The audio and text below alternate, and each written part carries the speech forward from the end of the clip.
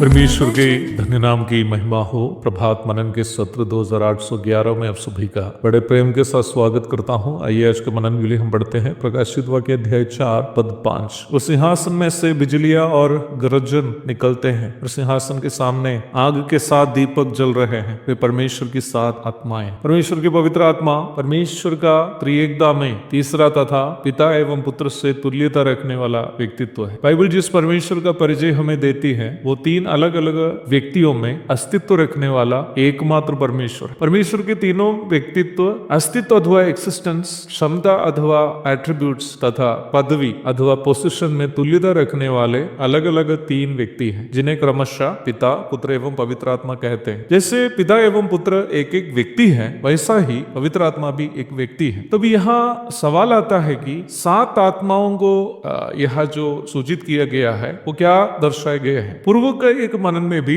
मैं इस बात को आपको समझाया था। यहाँ 7 आत्माओं को नहीं परंतु पवित्र आत्मा के 7 विशेष गुणों को प्रतीकात्मक तरीके से दिखाया गया अथवा पवित्र आत्मा को उनकी परिपूर्णता के साथ दिखाया गया है। बाइबल में 7 परिपूर्णता को सूचित करने वाली संख्या है। एक पवित्र आत्मा को 7 दीपक से तुलना करते हुए समझाने का अर्थ मिलाप वाला तंबू में रखा गया 7 डालियां वाली सोने की दीवट की परिप्रेक्ष्य में समझ सकते हैं। दीवट एक ही है परंतु दीप जलने वाले 7 डालियां उस एक ही बत्ती में या एक ही दीवट में पाए जाते हैं। 3 डालियां दोनों तरफ और एक मुख्य भाग बीच में। निर्गमन अध्याय 25 की 31 और 32 पढ़िएगा। पूरे 7 डाली के अंतिम भाग जहां दिए जलते हैं बराबर की ऊंचाई पर रहते हैं। नबी यशायाह कहता है यहोवा का आत्मा बुद्धि और समझ का आत्मा, युक्ति और पराक्रम का आत्मा और ज्ञान और यहोवा के भय का आत्मा उस पर ठहरा रहेगा। यशायाह 11 की 2। परमेश्वर के तीनों व्यक्तियां अस्तित्व, पदवी एवं क्षमता में तुल्य होने पर भी और एक ही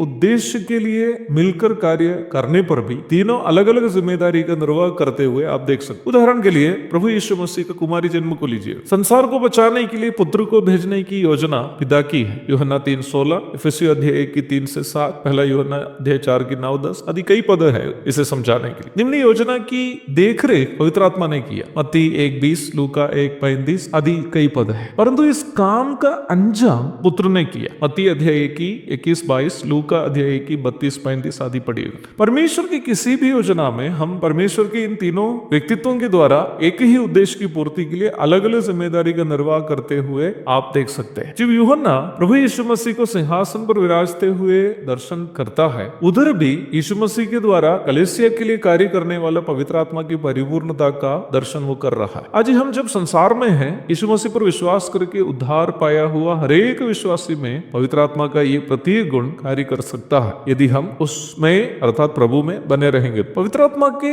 आने के बारे में अपने प्रिय शिष्यों को वादा करते समय प्रभु ने ये भी कहा, तुम मुझ में बना रहो और मैं तुम में। जैसे डाली यदि दाखलता में बनी ना रहे तो अपने आप से फल नहीं सकती, वैसे ही तुम भी यदि मुझ में बने ना रहो तो नहीं फल सकते। मैं दाखलता हूँ, तू डालिया हूँ। जो मुझ में बना रहता है और मैं उसमें, वो बहुत फल फलता है, क्योंकि मुझसे अलग होकर तुम कुछ भी नहीं कर सकते। यूहन्ना अध्याय 15 पद 4 और 5। याद रखिएगा, यूहन्ना रचित सुसमाचार अध्याय 14 से 16 तक के अध्यायों में पवित्र आत्मा के आगमन के विषय में कहने के बीच में प्रभु ने ये बात कही। यहाँ प्रभु जिस फल के बारे में कह रहा है वह उन पर विश्वास करने वालों से निकलने वाले पवित्र आत्मा के सामर्थ्य के बारे में वो कह रहा है। प्रत्येक विश्वासी जो यीशु मसीह में बने रहता है उनसे वर्तमान संसार में पवित्र आत्मा का फल निकलता है और उसकी परिपूर्णता का दर्शन हम स्वर्ग में करेंगे। एक और शुभ दिन की धन्य कामनाओं के साथ आज का मनन में यहाँ समाप्त करता हूँ। प्रभु में बना रहते हुए पवित्र आत्मा की सामर्थ्य का हमारे द्वारा होने हेतु प्रभु हम सबकी मदद करें। प्रभु के धन्य नाम की